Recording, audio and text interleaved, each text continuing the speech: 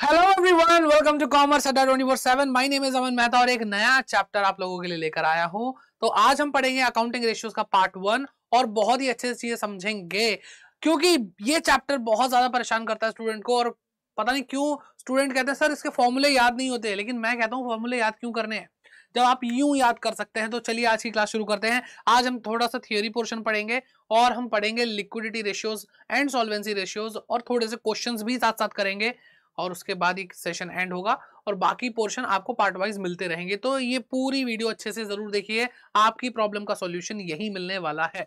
तो चलिए स्टार्ट करते हैं आज की क्लास। सबसे पहले भाई हम देखते हैं कि meaning of ratios and accounting ratios. तो रेशियोज क्या होते हैं, फिर हमें समझ में आया अकाउंटिंग रेशियोज क्या होते हैं। तो रेशियो हमें पता है कि हमने मैथ्स में पढ़े हुए हैं। तो ये एक अर्थमेटिकल मैथमेटिकल एक्सप्रेशन है जो रिलेशनशिप बताता है दो या दो से ज्यादा रिलेटेड और इंटरडिपेंडेंट चीजों में। ठीक है, कहने का मतलब क्या है कि अगर आप किसी चीज का रेशियो बना रहे हैं तो दो चीजें तो चाहिए ही होंगी ना, दो फैक्टर दो फिगर कुछ तो चाहिए होगा। ठीक, और उन दोनों चीजों में कुछ ना कुछ रिलेशन होना चाहिए, अदरवाइज वो रेशियो नहीं कहलाएगा। और ये न्यूमेरिकल होता है, अर्थमेटिकल होता है, ये इस तरह का एक एक्सप्रेशन है जो रिलेशनशिप बताता है दो फैक्ट के बीच में। अब अगर हम इसको यही अकाउंटिंग के पॉइंट से समझें कि भाई अकाउंटिंग के अंदर जो इंफॉर्मेशन जनरेट होती है अगर उसका इस्तेमाल करके हम रेशियोज बना दे, दो interdependent inter related accounting information financial information, अगर उससे हम रेशियो बनाए तो वो अकाउंटिंग रेशियो हो जाएगा, सिंपल। ठीक है, तो ये सारी चीजें आपको यहाँ पे पीछे भी दिख रही होंगी, आराम से आप इसको पढ़ सकते हो। चीजें जो मैंने आपको बताई है वही है। ठीक, अब आगे बढ़ते हैं और देखते हैं रेशियो एनालिसिस। तो इससे पहले हमने एक चैप्टर पढ़ा है जिसको हम बोलते हैं फाइनेंशियल स्टेटमेंट एनालिसिस। तो वहां पर आपको 4 टूल्स बताए गए थे, उनमें से 2 टूल्स हमने उसी चैप्टर में पढ़ लिए थे और बाकी के 2 टूल्स रेशियो एनालिसिस था और कैश फ्लो स्टेटमेंट था। तो रेशियो एनालिसिस ये पूरा डेडिकेटेड चैप्टर उसके नाम है। तो रेशियो एनालिसिस क्या होता है, चलिए इस बात को भी समझते हैं। तो अकाउंटिंग रेशियोज से हम जो रेशियोज पढ़ते हैं उससे हम पूरी बिजनेस का अकाउंटिंग पॉइंट ऑफ व्यू से रेशियो से एनालिसिस कर पाते हैं। तो इट इज अ टेक्निक। ये क्या है बेटा, एक टेक्निक है। क्या है ये? एक टेक्निक है which involves analysing the financial statement.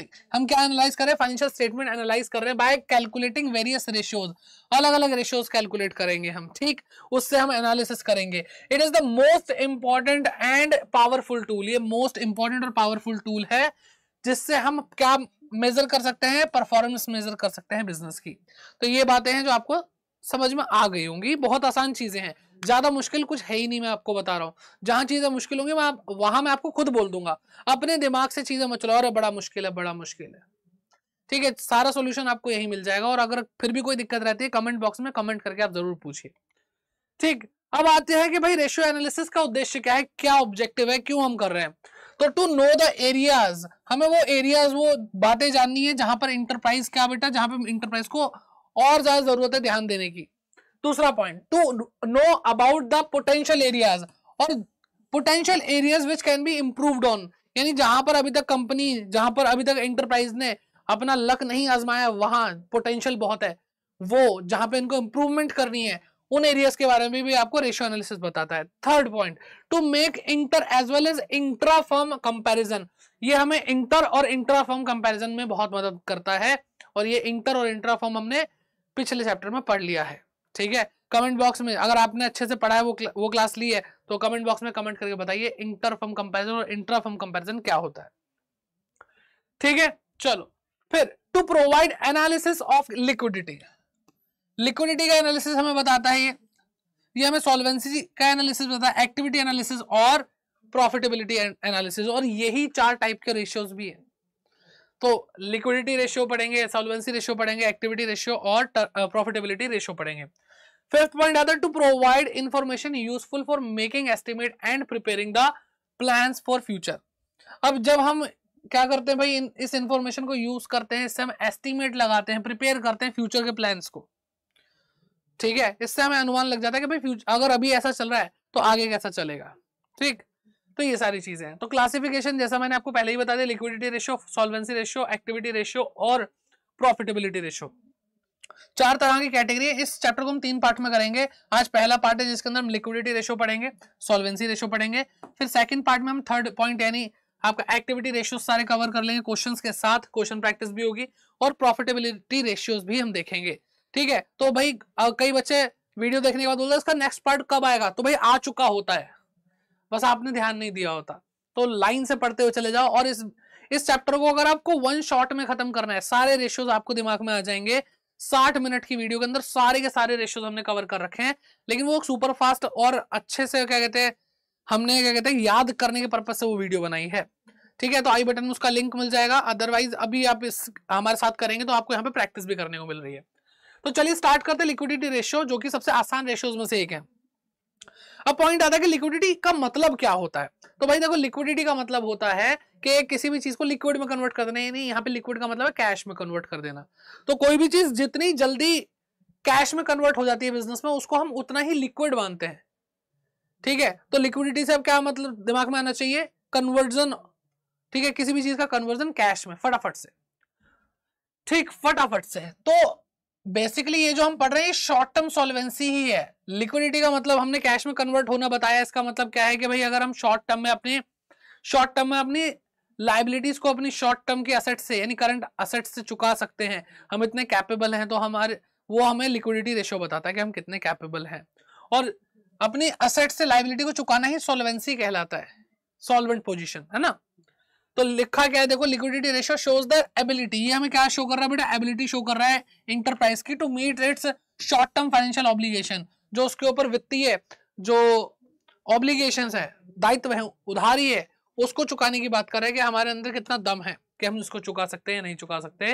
तो इसके जो मोस्ट इंपॉर्टेंट जो रेशियोज है वो दो ही है, एक है करंट रेशियो और एक है लिक्विडिटी रेशियो। लिक्विडिटी नहीं बोलना चाहिए, लिक्विड रेशियो है। क्या है भाई, लिक्विड रेशियो। चलो, तो सबसे पहले बात करते हैं करंट रेशियो, जिसको हम वर्किंग कैपिटल रेशियो भी बोलते हैं। क्यों? क्योंकि वर्किंग कैपिटल जो होती है वो बेटा current asset minus current liability होती है। तो यहाँ पे भी करंट असेट और करंट लायबिलिटी इन्वॉल्व है इस रेशियो में, तो इसलिए शायद हम इसको वर्किंग कैपिटल रेशियो भी बोल रहे हैं। तो क्या है भाई, current ratio is equal to current asset upon में करंट लायबिलिटी। अभी बहुत आसान है भाई, देखो करंट असेट करंट लायबिलिटी समझना कि आपने अगर बैलेंस शीट अभी इससे पहले वाले चैप्टर में देख लिया तो आपको पता होगा असेट साइड के अंदर दो मेन हेड होते हैं, एक होता है नॉन करंट असेट, एक होता है करंट असेट। तो नॉन करंट असेट के अलावा जो बाकी आपका बचा हुआ है करंट असेट। तो टोटल असेट में से जब आप नॉन करंट असेट घटा दोगे तो क्या आएगा आपके पास, करंट असेट्स आ जाएगा।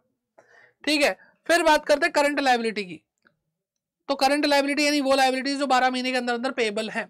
तो इसमें से नॉन करंट लायबिलिटी और शेयर होल्डर फंड को अगर हम टोटल लायबिलिटी से माइनस कर देते हैं तो आपको करंट लायबिलिटी मिल जाती है। ठीक है, अब इसका क्वेश्चन करेंगे, आपको अच्छे समझ आए, लेकिन क्वेश्चन हम एंड में करने वाले हैं। अभी हमारा ध्यान होना चाहिए कि हम जो फॉर्मूला है वो क्या है, कैसे याद रखा जाएगा और उसके अंदर क्या क्या चीजें डालनी है हमें। ठीक, चलो फिर आता है लिक्विड रेशियो या फिर क्विक रेशियो या फिर एसिड टेस्ट रेशियो, किसी भी नाम से बोलो, तीनों का मतलब एक ही है।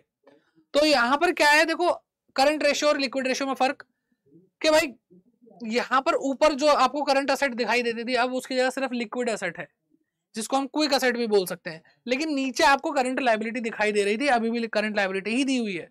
तो यहाँ पे ऐसा क्यों हुआ कि देखो करंट रेशियो ना एक लिक्विडिटी रेशियो तो है, लेकिन अगर हम उसको और प्रोसेस करते हैं, उसको और रिफाइन करते हैं, तो उससे भी एक बेहतर रेशियो निकलता है और उसको हम बोलते हैं बेटा क्या, उसको हम बोलते हैं लिक्विड रेशियो। ठीक है, यानी ये वर्स्ट कंडीशन में जाकर के बताता है कि भाई क्या अभी भी आप इतने कैपेबल हो शॉर्ट टर्म में कि आप कुछ जो असेट्स हैं उनको हटाने के बाद भी आप इतने कैपेबल हो कि आप अपनी लायबिलिटीज को चुका सकते हैं। तो बेटा यहाँ पर करंट और क्विक असेट होती क्या है उसके बारे में बात कर लेते हैं।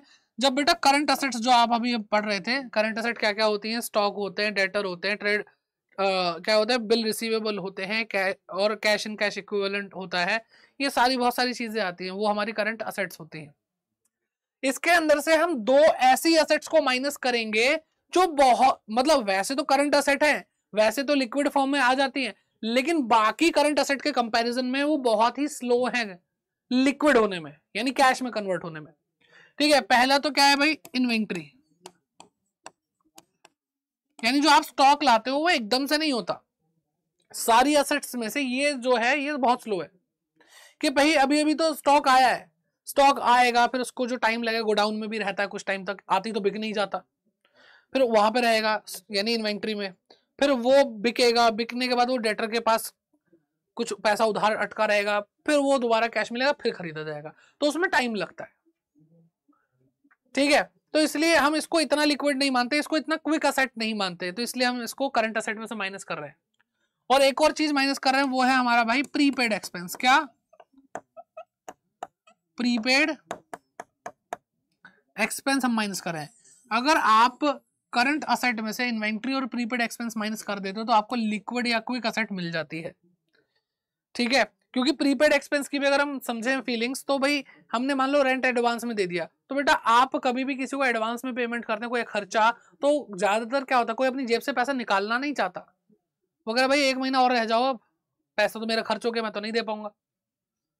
आ रही है बात समझ में?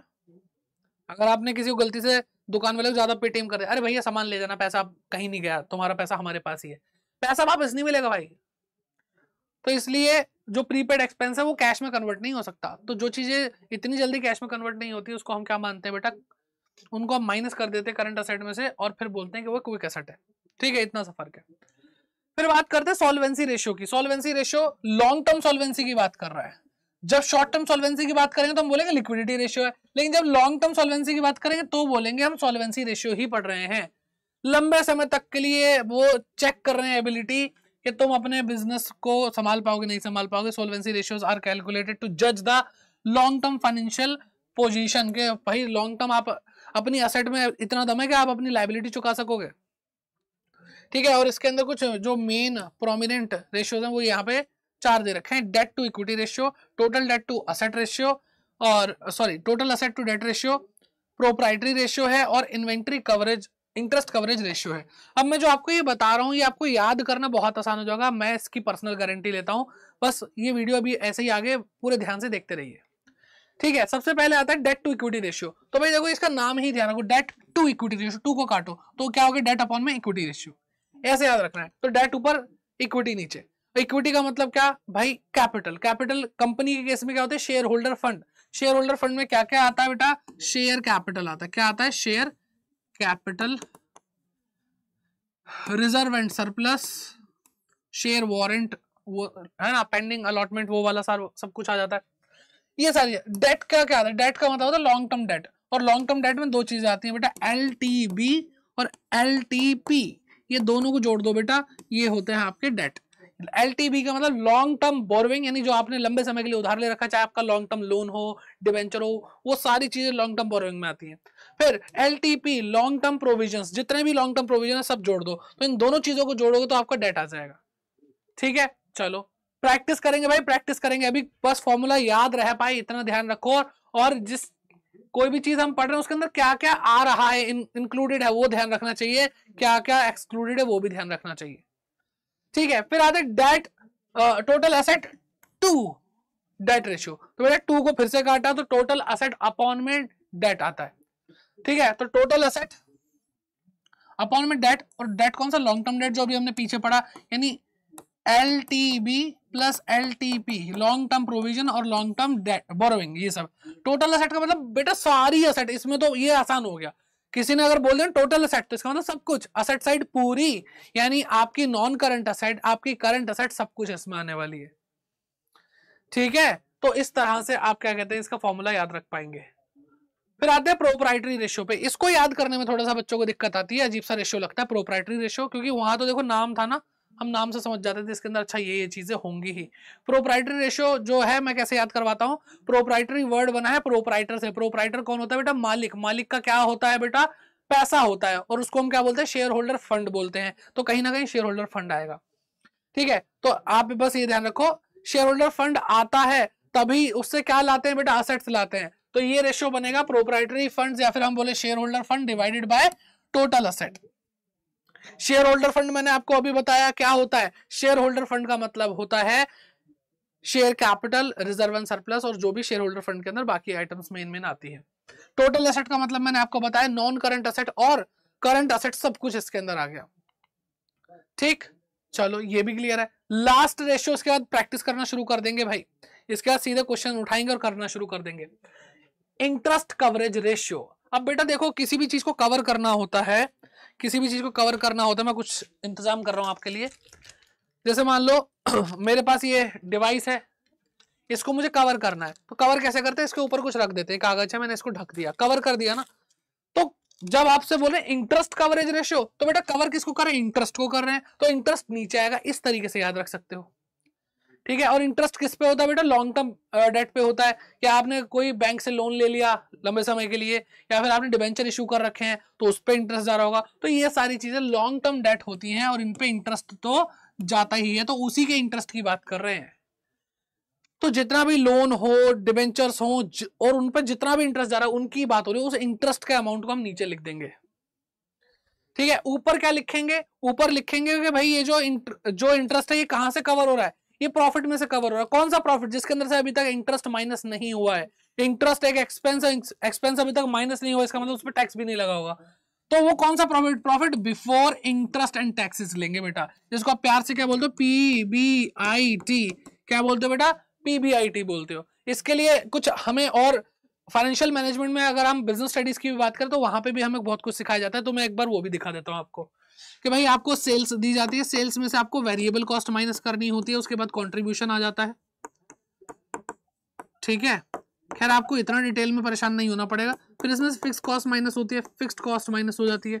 फिर इसके बाद बेटा आता है PBIT यानी profit before interest and taxes, यानी ये वाला जो हमें चाहिए, ठीक है। आपसे ये सारी चीजें नहीं करवाएंगे, आपसे उल्टा करवाएंगे, कहेंगे भाई इसमें इंटरेस्ट माइनस है, इंटरेस्ट माइनस तो क्या हो गया बेटा, प्रॉफिट बिफोर टैक्सेस, इंटरेस्ट तो जा चुका है ना, प्रॉफिट बिफोर टैक्स में से आप टैक्स माइनस करवा देंगे, टैक्स माइनस हो गया तो बेटा क्या आ जाएगा, क्या आ जाएगा, PAT, प्रॉफिट आफ्टर टैक्स, ठीक है। इसमें से प्रेफरेंस डिविडेंड जाता है, फिर इसमें से इक्विटी शेयर होल्डर के लिए डिविडेंड जाता है, फिर कहानी खत्म होती है। फिलहाल आपको क्या दिया होगा, या तो प्रॉफिट आफ्टर टैक्स दिया होगा या आपको PBT दिया होगा, ऐसा कुछ देंगे और आपको बोलेंगे इसमें कन्वर्ट करो, क्वेश्चन आएगा करा देंगे, टेंशन मत लो, बिल्कुल टेंशन मत लो, ठीक है। तो आपको बस ये समझ में आ गया कि भाई जो भी हमारे डिवेंचर पे या फिर लॉन्ग टर्म लोन पे या और कोई अगर हमारा लॉन्ग टर्म डेट है उस पे अगर इंटरेस्ट जा रहा है, वो इंटरेस्ट बेटा हमें यहां लिखना है। और ये मैंने आपको कहानी पूरी समझाई दी है, ऐसा प्रॉफिट जिसमें इंटरेस्ट माइनस ना हुआ हो, जिसमें टैक्स माइनस ना हुआ हो। अगर इन केस आपको क्वेश्चन के अंदर कुछ ऐसा प्रॉफिट दे देते हैं जिसमें से इंटरेस्ट माइनस है, टैक्स माइनस है, तो उसको रिवर्स कर दो, माइनस है तो प्लस करके दिखा दो, तो आपको वो वाला प्रॉफिट मिल जाएगा जिसके अंदर से इंटरेस्ट निकाला जाएगा, ठीक है। क्योंकि इंटरेस्ट को कवर कौन करेगा, वो प्रॉफिट जिसके अंदर से अभी तक इंटरेस्ट निकला ही नहीं है, निकल जाएगा तो फिर तो वो तो कवर हो ही चुका है ना। आ रही है बात समझ, कॉमन सेंस है। तो अब आपके सामने क्वेश्चन आ चुका है, इस क्वेश्चन को भाई मैं चाहूंगा कि देखो, आप वीडियो को पॉज करके पहले मुझसे पहले करके देखो, प्रैक्टिस भी हो जाएगी, कई बच्चों को पहले से आते होंगे ये क्वेश्चंस, ठीक है। तो देखो भाई आपको यहाँ पे क्या करना है, भाई आपको कंप्यूट करना है करंट रेशियो। करंट रेशियो क्या होता है बेटा, करंट असेट अपन में करंट लायबिलिटी, ठीक है भाई। तो यहाँ पे करंट असेट और करंट लायबिलिटी में निकालने की कोशिश करता हूँ। तो आपको ट्रेड रिसीवेबल दे रखा है, प्रीपेड एक्सपेंसेस दे रखे हैं, कैश एंड कैश इक्विवेलेंट दे रखा है, मार्केटेबल सिक्योरिटीज दे रखी है, लैंड एंड बिल्डिंग बेटा हमारी फिक्स्ड असेट है, करंट असेट नहीं, इसको नहीं लेंगे, ठीक है। बिल पेबल और क्रेडिटर है, डिवेंचर लॉन्ग टर्म होता है, इसको भी हटा दो, इन्वेंट्री ठीक है, ये ठीक है।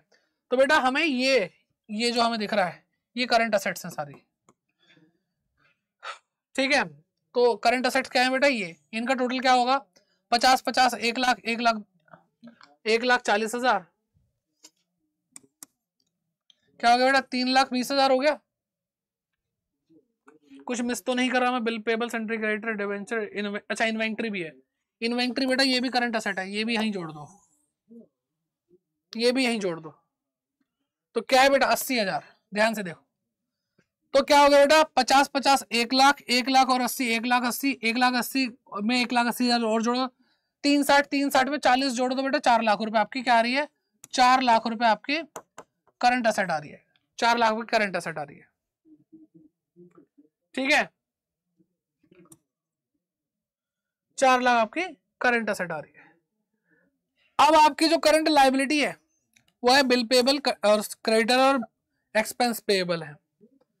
तो 20,000, 1,00,000, 1,20 में 80 जोड़ दो तो बेटा 2 लाख रुपए, 2 लाख रुपए आपकी क्या है बेटा करंट लायबिलिटी है। तो करंट असेट अपॉन में current liability, current ratio is equal to current asset upon में करंट लायबिलिटी। तो क्या निकाला बेटा 4 लाख रुपए डिवाइडेड बाय 2 लाख रुपए, और आपका करंट रेशियो क्या आ रहा है बेटा 2:1 आ रहा है, ठीक है। एक तो हमारा ये काम हो गया। फिर इसके बाद अगला क्वेश्चन आता है, इसमें हमें क्या करवा रहे हैं भाई, कह रहे हैं कि रेशियो ऑफ करंट असेट जो कि इतना है टू करंट लायबिलिटी जो कि इतनी है आ रहा है 2.5:1। तो इन्होंने करंट रेशियो दे दिया भाई, करंट रेशियो हमें दे दिया 2.5/1। ओके, और इन्होंने हमें ये भी बता दिया करंट असेट है कितनी, करंट लायबिलिटी है कितनी। फिर कह रहे हैं firm wants to maintain current ratio, कह रहे हैं कि फर्म तो चाहती है कि 2:1 हो, 2.5:1 ना हो, 2:1 चाहती है। ठीक है, bye purchasing goods on credit, अगर भाई गुड्स हम क्रेडिट पे खरीदते हैं, यानी हम सामान खरीद रहे हैं, उधार खरीद रहे हैं, तो ऐसा करने से इनका जो रेशियो है वो क्या हो जाएगा बेटा, 2:1 हो जाएगा, ये मानते हैं। तो कह रहे compute amount of goods that should be purchased on credit, तो हमें उन गुड्स का अमाउंट बताना है कि जितना हमें खरीद लेना चाहिए ताकि जो आपका रेशियो वो 2:1 हो जाए। समझ में आ रही है बात? अब बेटा ध्यान से सुनना, बड़ा मजेदार क्वेश्चन लगा मुझे तो ये। ठीक है, क्वेश्चन मजेदार है, बहुत मजेदार है। कहने का मतलब क्या है कि देखो अगर आप गुड्स क्रेडिट पे खरीदोगे तो आपकी करंट असेट भी बढ़ेगी, क्योंकि स्टॉक आपका करंट असेट है, और आप उधार खरीद रहे हो तो बेटा आपके क्रेडिटर यानी अपनी करंट लायबिलिटी भी बढ़ेगी, दोनों ही बढ़ जाएंगे। तो ऑलरेडी कितना है बेटा, ऑलरेडी है 8,75,000 हमारी करंट असेट है, इसमें मान लो एक्स अमाउंट जो है वो बढ़ रहा है, किसका, वो बढ़ रहा है बेटा स्टॉक का। ठीक है, और अगर हम बात करते हैं बेटा अपॉन में क्या रखें, करंट लायबिलिटी 3,50,000,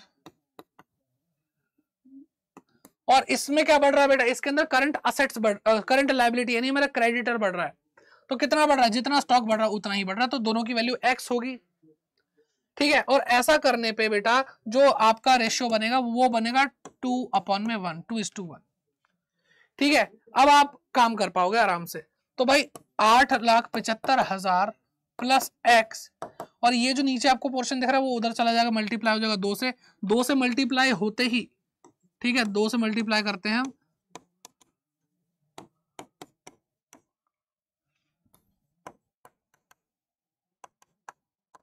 तो बेटा 3.5 लाख गुणा 2 7 लाख रुपए हो गया, 7 लाख हो गया, और ये हो गया 2x। ठीक है, अब x को उधर भेजूंगा तो 2x में से x माइनस हो जाएगा, और 8,75,000 के पास 7 लाख को भेजूंगा तो 1,75,000 हो जाएगा। तो आपका x की वैल्यू क्या आ रही है बेटा, 1,75,000 आ रही है। x क्या बेटा, अमाउंट ऑफ क्रेडिटर बोलो चाहे अमाउंट ऑफ स्टॉक बोलो जो हमें उधार खरीदना है, तो आपका आंसर क्या हो गया बेटा, 1,75,000, 1,75,000 हो गया। ठीक है, बड़ा प्यारा क्वेश्चन है। बच्चे कई बार गलती करते हैं ये वाली कि भाई दोनों को x नहीं मानते, समझ नहीं आता क्वेश्चन करें कैसे। आपके अंदर कमी नहीं है, आपको बस समझ में नहीं आ रहा, एक बार बता दो तो आपको समझ में आ जाएगा। ठीक है, अगला क्वेश्चन, तो भाई हमने लिक्विडिटी से काम किया, अब बात करते हैं बेटा सॉल्वेंसी रेशियो की। तो कह रहे कैलकुलेट करना आपको debt to equity ratio, debt to equity ratio करना है आपको। अब इसका फॉर्मूला तो आपको पता ही है, डेट अपॉन में इक्विटी, और डेट का मतलब क्या बेटा, long term borrowing plus long term provision. Equity का मतलब क्या, शेयर होल्डर फंड कंप्लीट। तो देखो क्या क्या लिखा हुआ है, इक्विटी दे रखी है भाई, इक्विटी शेयर होल्डर। ठीक है, तो मैं लिख देता हूं डेट टू इक्विटी रेशियो क्या है बेटा, डेट अपॉन में इक्विटी।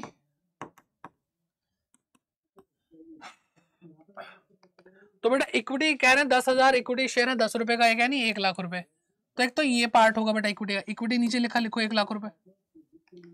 फिर हमारे पास 9% प्रेफरेंस शेयर है बेटा, ये भी तो शेयर कैपिटल है 50,000 रुपए की। ठीक है, तो 50,000 रुपए और आ गया हमारे शेयर होल्डर फंड में। फिर जनरल रिजर्व दे रखा बेटा, ये रिजर्व एंड सरप्लस का पार्ट होता है 45,000, ये भी ऐड होगा। ठीक है भाई, तो तीनों हो गए। फिर सरप्लस दे रखा है आपको, मतलब एसपीएल का बैलेंस, प्रॉफिट एंड लॉस का आपका बैलेंस 20,000 रुपए का प्रॉफिट है बेटा, ये भी रिजर्व एंड सरप्लस का पार्ट है, ये भी ऐड होगा 20,000 रुपए।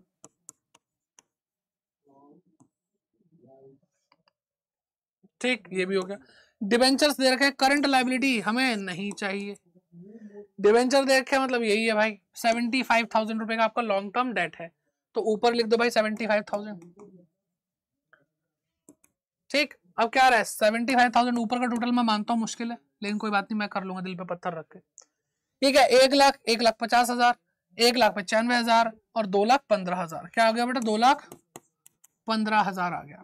ठीक है, अब आप इसको सिंप्लीफाई करोगे तो आपका रेशियो पता क्या बनेगा? आपका रेशियो बनेगा 0.35:1। ठीक है, ये आपका आंसर होगा, ये आपका आंसर है। इस तरीके से आप काम करोगे, हो जाएगा। बस आपको ध्यान रखना है रेशियो क्या था, उसके अंदर क्या इंक्लूडेड है, बस। अगला क्वेश्चन, अगला क्वेश्चन क्या है? टोटल डेट आपको दे रखा है। टोटल डेट का मतलब पूरा उधार, यानी इसमें नॉन करंट लायबिलिटी भी और करंट लायबिलिटी भी है। इसका मतलब इसके अंदर शेयर होल्डर फंड नहीं है। 12 लाख रुपए का भाई। करंट लायबिलिटी आपको दे रखी है 4 लाख रुपए की। अब जैसे ही आपने टोटल डेट में से करंट लायबिलिटी घटाई तो आपको मिल जाएगा क्या? आपको मिल जाएगा आपका डेट मिल जाएगा, long term debt. Capital employed दे रखी है, यानी शेयर कैपिटल दे रखी है आपको, शेयर होल्डर फंड दे रखा है ओवरऑल। कह रहे हैं आपको बताना है total asset to debt ratio, total asset to debt ratio. तो भाई ये तो आसान है, इसका क्या होगा? टोटल असेट अपॉन में डेट आ जाएगा भाई। डेट कैसे निकालोगे भाई? डेट निकलेगा भाई 12 लाख में से 4 लाख माइनस करके। टोटल डेट का मतलब क्या है? इसमें लॉन्ग टर्म भी है, शॉर्ट टर्म भी है, मतलब करंट भी और नॉन करंट भी है। तो इसमें से मुझे तो लॉन्ग टर्म चाहिए ना, नॉन करंट चाहिए। जैसे ही मैं करंट लायबिलिटीज घटाऊंगा तो मेरे को आज मिल जाएगा। तो क्या होगा भाई? 12 में से 4 गए, 8 लाख रुपए हो गया, 8 लाख हो गया। अब मैं टोटल असेट की बात कर रहा हूं। अब टोटल असेट कितना होगा भाई? टोटल डेट, मैंने आपको बोला टोटल डेट का मतलब क्या है? टोटल डेट का मतलब है इसी के अंदर आपकी नॉन करंट लायबिलिटी भी है और इसी के अंदर आपकी करंट लायबिलिटी भी है। ठीक है, यानी अगर आप बैलेंस शीट के अंदर लायबिलिटी साइड पे, इक्विटी एंड लायबिलिटी साइड पे देखोगे तो 3 में से 2 चीजें तो यही हैं। अब शेयर होल्डर फंड भी चाहिए, तो वो यहाँ पे लिखा तो है कैपिटल एम्प्लॉयड। तो इसके अंदर कैपिटल एम्प्लॉयड भी अगर मैं ऐड कर दूंगा तो बेटा ये क्या आ जाएगा? ये आ जाएगा total of equity and liability side. और ये टोटल बेटा इक्वल होता है किसके? Total of assets. तो अगर मैं भाई कैपिटल एम्प्लॉयड और टोटल डेट को जोड़ देता हूं तो मुझे टोटल असेट मिल जाएंगी जो कि मुझे चाहिए। तो बेटा 12 लाख और 12 लाख 24 लाख होता है, 24 लाख होता है। 5 जीरो से 5 जीरो कैंसिल हो गई बेटा, 3:1 का रेशियो आ रहा है। ठीक है, इस तरह से थोड़ा बहुत घुमा देते हैं। इससे भाई ये मैंने बहुत ऑन एन एवरेज क्वेश्चन लिए हैं, इसकी प्रैक्टिस आप आगे चाहते हैं तो कमेंट बॉक्स में कमेंट करके जरूर बताइएगा, क्योंकि और भी बहुत बढ़िया और अच्छे लेवल के क्वेश्चंस आते हैं। ठीक, और ये भी आते हैं, ऐसी बात नहीं है ये क्वेश्चंस आपको पेपर में देखने को नहीं मिलेंगे, ऐसे भी आते हैं, इससे टफ भी आ सकते हैं। ठीक है, लेकिन इतने तो आपको देखने को मिल जाते हैं आराम से। तो आई होप आप लोगों ने ये सेशन एंजॉय किया होगा और आप ऐसे ही पढ़ते रहेंगे। और प्रैक्टिस के लिए, अगर आप सीयूटी के लिए प्रिपेयर कर रहे हैं, और प्रैक्टिस के लिए बेटा आप मॉक टेस्ट ले सकते हैं। और जब आप मॉक टेस्ट लेंगे तो आपको क्या करना है? Adda 24/7 ऐप डाउनलोड करना है और आपको कोड यूज करना है, Y550 यूज करना है। और अगर आप अपनी पढ़ाई को और बेहतर तरीके से चाहते हैं तो आप क्या कर सकते हैं? हमारे साथ जुड़ सकते हैं। कहाँ पे जुड़ सकते हैं बेटा? समर्थ 2.0 जो हमारा फ्रेश बैच आया है, और उसके लिए भी आपको कोड क्या लगाना है बेटा? Y550 लगाना है, जो आपको देगा मैक्सिमम डिस्काउंट। ठीक, अगर आपको भाई ये सेशन अच्छा लगा है तो आपको इस सेशन के लिए प्यार तो दिखाना पड़ेगा ना। और कैसे दिखाओगे? लाइक करके दिखाओगे, शेयर करके दिखाओगे और कमेंट करके बताओगे ये क्लास आपको कैसी लग रही है, इसका फीडबैक क्या है। और अगर आप इस क्लास में नए हैं, इस चैनल पे नए हैं, तो अभी सब्सक्राइब कर लीजिए, क्योंकि और भी सेशन आने वाले हैं। ठीक है, बाकी अपनी डिमांड्स भी, अपनी प्रॉब्लम्स भी आप कमेंट बॉक्स में लिख सकते हैं, तो उसके हिसाब से आपको यहाँ पे जो चीजें हैं डिलीवर करते रहेंगे।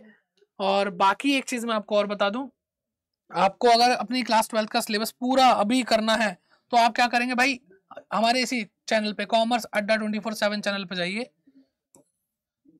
ठीक है, यूट्यूब पे जाना है आपको और सर्च कर, मतलब ऑब्वियसली सर्च करना कॉमर्स अड्डा। वैसे सब्सक्राइब करके रखोगे तो आपको सारी नोटिफिकेशन मिल जाएंगी, कॉमर्स अड्डा 24/7। और जैसे ही आपने सर्च किया, ये आपका चैनल, प्यारा चैनल आ गया है।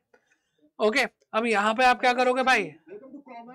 ठीक है, अब आप क्या करोगे? यहाँ पे प्लेलिस्ट पे जाओगे, आपको पूरा सिलेबस मिल रहा है बेटा क्लास 12th का। ठीक है, पूरा सिलेबस, आपको परेशान होने की जरूरत ही नहीं है।